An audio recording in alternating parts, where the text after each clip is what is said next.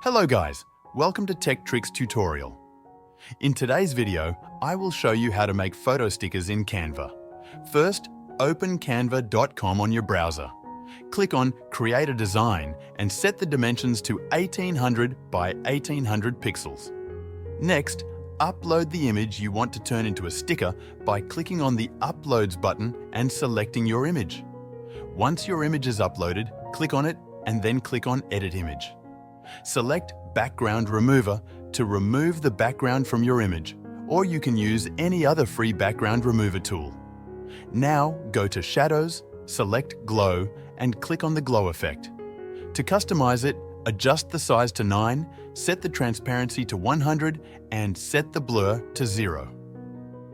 Then click on Apply. Next, press T to add text.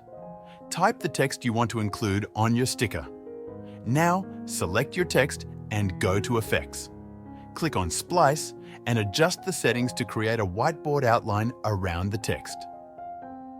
Place the text and image as you like on the design. When you're happy with the result, click on Share and then click on Download.